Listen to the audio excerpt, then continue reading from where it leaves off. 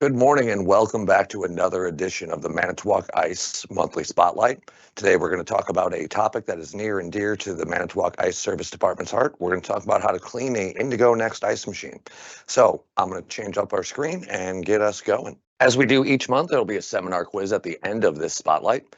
You're going to need to provide some information such as your email address, your name, who you are, how we can reach you. You'll take the quiz, you'll answer all those questions, it'll give you a grade, and I'll be able to reach out to you, and we'll be able to let you get a certificate of completion as well as enter you into our drawing for the monthly Spotlight Prize. So, the cleaning procedure, where can we find the information about how to do this? Well, I've got a machine right behind me here. You can find that procedure on the inside of this front panel, but you can also find this in the installation, operation, and maintenance manual in your technician's handbook, or you can also download these from our website on Easy Parts or from our download tab at manitowocice.com. So there's preventative maintenance procedures, there's a bulletin there, there's the icon for the technician's handbook. The procedure is going to be in there as well. It'll list a detailed and remedial cleaning procedure that can be done. And it's also in the installation, operation, and maintenance manual that's taped into the inside of the ice machine on the curtain, which hopefully the customer still has when their ice machine has been installed. So, types of solution that we can use. If you're dealing with anything water-based to clean that evaporator, you're going to want to use Manitowoc Ice Nickel Safe Descaler. And if you're trying to disinfect this ice machine or deal with anything that might have been airborne, you're going to want to use Manitowoc Ice Machine Descaler. Or correction, you're going to want to use the Manitowoc Ice Machine Sanitizer. Both nickel safe. The only things we endorse to use on the ice machines are our own chemicals. So the only tools you're really going to need to be able to do this procedure is going to be that bottle of descaler if you're doing a descaling procedure, or sanitizer if you're doing a sanitation of the ice machine, and a number 2 Phillips screwdriver. All these things, once you have that front panel open, all you're going to have to do is pull these parts out by hand. Everything should be able to be done by hand. So parts to remove, you're going to want to remove the water curtain or the splash shield and damper assembly on a 22-inch wide machine that has that, in the ice beverage series, or on our dual evaporators or our 48-inch wide evaporators, all utilize dampers. On our normal 30-inch wide machines, you're going to see curtains, and the air-cooled, water-cooled 22-inch wide machines, you'll see a water curtain. You're going to want to take out that water trough, remove the ice thickness control probe, the water level probe, and the procedure doesn't delve real deep into saying you have to remove the water pump, but we're a big believer that you should take that out and take a good look at it and make sure there's nothing inside of it causing you not to be able to perform this procedure. So we're going to tell you, hey, take that water pump out as well. Note, we will not tell you to do this on non-modular ice machines. So modular, that definition is going to be an ice machine that sits on top of a bin or a dispenser. Our under-counter and self-storage machines are going to be those that it's all in one. It's got the bin, the refrigeration, the evaporator, all in one unit. So this whole water pump removal idea is not going to be for anything with the under-counter series. So part removal, we're going to go over to our Tom Decker Memorial Training Center, and you're going to see this from a point of view perspective on how to remove the components from a 22-inch wide Indigo NXT. So to remove the water curtain, you put one hand on the top of the curtain, and I put one hand on the side, flex in on that curtain, and it pops right off. So the water curtain has to be removed. The ice thickness control probe, you just pinch one side and it pops off. We're going to hang that off to the side. And this is a 22-inch wide machine, so there's only going to be 2 screws that we need to remove from the water distribution tube.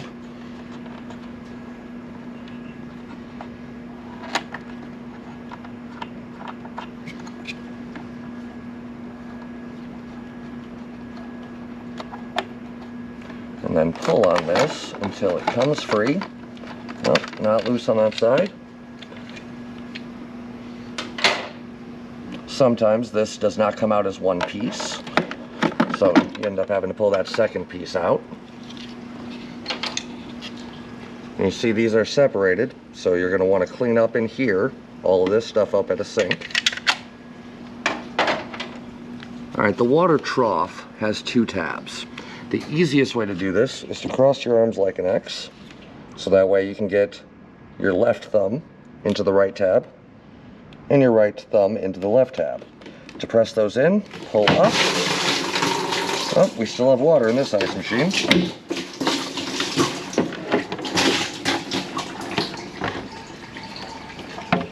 And that water trough is removed. We're going to want to clean this up as well, like anything else we're removing.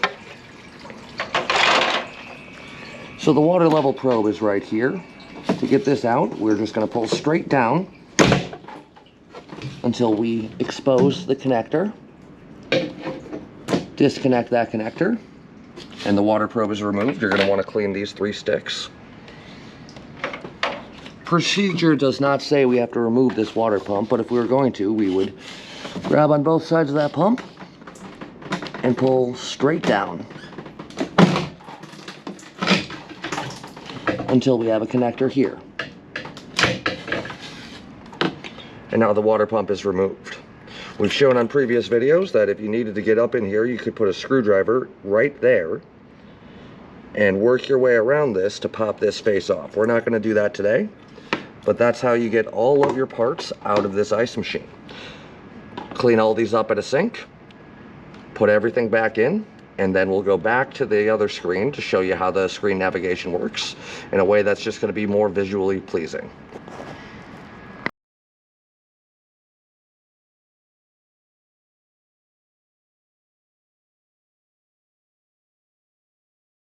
Okay, but just for camera's sake, we're going to say that we've done all the steps that you just saw. You cleaned all those up at a sink. Now you'll have seen how to remove these parts if you've never done it before. But you're going to start the cleaning procedure by pressing the clean button on the user interface. Keep in mind that curtain needs to be on this machine. If it's not, the unit will say that it's purging and it will not go through any other steps. The water curtain on Indigo and Indigo NXT is required to be on the ice machine for the cleaning procedure to go through its steps. So ensure that you intend to actually start this procedure. You're going to get a caution screen up that says, hey, are you sure you want to do this? You can abort the procedure by pressing abort, or you can hit continue to do the 35 minute procedure. So we're going to hit continue. A message is going to appear that you needed that ice off of the evaporator. Ideally, for those of you who have done this before, you know that whenever you do a cleaning or sanitizing procedure, or if you're doing any sort of troubleshooting, you want that evaporator free and clear of ice before you move forward. Now we get the option, what do you want this ice machine to do? Maybe you're going to use descaler first and then sanitizer second. At that point, you'd want to choose turn off when complete, so you could do another cleaning procedure using the applicable chemical, or you're going to ask this ice machine to make ice when complete. The unit's going to go through a purge first. It's going to go for 45 seconds. For those of you who have seen our sequence of operations procedure, you'll know that the Indigo NXT, the first thing it does when you turn it into ice, or in this case, into clean, is it's going to purge that old water out. Water and ice are food, so we want to start with a fresh trough of water. Then it's going to say that the water is filling. Those blue blocks, they're going to sequentially move from left to right until the water level probe has been satisfied. We're looking for that water trough to fill up, touch the 2 longer probes, that's the common and the low, and then touch the high probe, and then stop calling for water. That lets us know and the control board know that that water trough is full and is ready to move to the next step. But what happens if we actually went into this? We said, hey, we don't want to do this. I know I didn't click abort, I clicked continue, but something else is going on. I've got to go on the other side of the building. I forgot my chemical in the shop, so I have to do something else. You can bypass this clean procedure on current versions of software. So the current versions that you'd be looking at are 9.3 for the main software version and 9.3 for the display software version. If you've got very old software, 6 point something, you may not be able to do this, but on current versions of software, what you'll end up doing is these following steps. Be sure that you did not put chemical into that trough. We do not want to make ice with the chemical. The rinsing procedure that we'll discuss here in a minute will take care of that, but if you bypass this, you don't get all those rinses and anything else. So what you're going to do is you're going to press and hold your clean button, so hold on to that. press the power button, release that power button, and then release that clean button. What's going to happen next on the screen is it's going to rush through its steps and go to machine off. It allows you to not be in that clean sequence. But if you put chemical into that water trough, you need to ensure you let this machine do its steps. It'll be done in about 30 minutes, and you can move on with your day from there. If you haven't put the chemical in and you need to bypass, this is how you would do so. Okay, but we're actually going to go through with this. So once that water trough has filled, it's going to give you a 10-minute countdown to add your chemical. Maybe you forgot this bottle out in the van. That's why this 10 minutes is there. It gives you a chance to find your chemical without having to start everything over. So once you've got that chemical, the easiest way that I do it is I go behind this ice machine. I have the top panel off, which you can't really see right now, but you pour it behind this water curtain and it allows it to have that chemical in the water trough, so that way we can start doing the cleaning. So go ahead and push chemicals added, so that way the board knows that you've done it, because the board doesn't have a way of knowing if you've done that. And then water is going to circulate over that evaporator for 10 minutes. That's the actual cleaning side of this. Could have been using descaler or using sanitizer, but 10 minutes it's going to run that water through your system, trying to descale or sanitize your water system and your evaporator. After that 10 minutes, it's going to go through 6 rinses. And you'll be able to tell which rinse you're on because those blue boxes will start to fill. It's going to run everything through. It's going to dump out. It's going to rinse. It's going to fill. It's going to dump out. It's going to do all of these steps for you to rinse all of that away. So I hope that this cleaning tutorial has been helpful for everyone here. It's a very, very important topic, something that Manitowoc Ice is very passionate about. So I would like to highlight that we have some upcoming spotlights. February, we're going to talk about the cool air safety limits. So we're going to be talking about modular cool air. We may talk about the undercounter as well. Depends on how the content goes. In March, we're going to talk about how discharge pressure can have an operational impact on any of your ice machines. We'll talk about the refrigeration system and the high side pressure. In April, we're going to go over the 5 service limits that the USC 50 or the Crystal Craft Premier has. And then in May, we're going to go over the Indigo and Indigo NXT control board LEDs and what they mean to us as they're going through. Maybe you can't navigate your display and you want to know what those lights mean. We're going to talk about that. And then in June, we're going to talk about the Neo and the Cool Air control board LEDs. The reason we're going to cover those two together is they share a board, and we'll explain how each one knows which machine sequence of operations to run. Again, we do have a QR code to let you know what we're looking to see, or what, more importantly, what you're looking to see. Future content. There's only so many ideas that the training department has or that the technical service department has. So we'd like to hear from you. We're going to leave this up on the screen, give you a chance to snap that QR code and tell us what you'd like.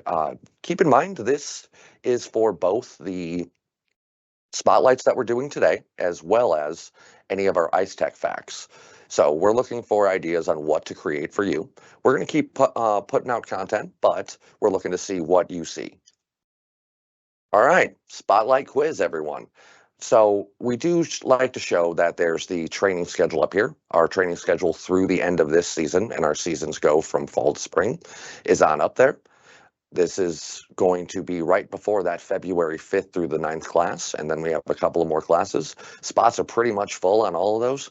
Distributor partners, if you're watching, we are still trying to fill the distributor-only personnel class for April 16th through 18th. But good luck on your quiz, and we're going to bring that QR code up now. Oh, we did forget one thing. Remember, you need to answer these questions and provide the information that we're asking for, and click submit. If you don't do that, none of that information will come over to the training department, so we won't know to reach out to you. And you won't see what your grade was, and you won't get your certificate, won't get entered in for the prize. And there's the prize, the swag bag. Again, we're still giving out this hat, the tape measure, the set of Band-Aids, the lens cleaner, and that letter opener down there with the Manitowoc tote. So for every 25 entries that we have, we'll draw one name. We draw on the same day that the subsequent webcast goes up. So once this one is up, I will be drawing for the December, reaching out to those of you who took your quiz. Again, internal employees, Manitowoc Ice employees, you were not eligible, so I'm real sorry. But for all of you out there watching us on the YouTube channel and on following that link from manitowocice.com, that's how you'll get to this recording as well as to the quiz. Again, that quiz is going to be mobile friendly and it will be computer friendly. So what we're going to do is leave this up on the screen so that way you have a chance to find those things. And good luck on your quiz. Again, my name is Jason MacDonald, Technical Service Specialist here at Manitowoc Ice. I hope you enjoyed our presentation today. Good luck and see you next time.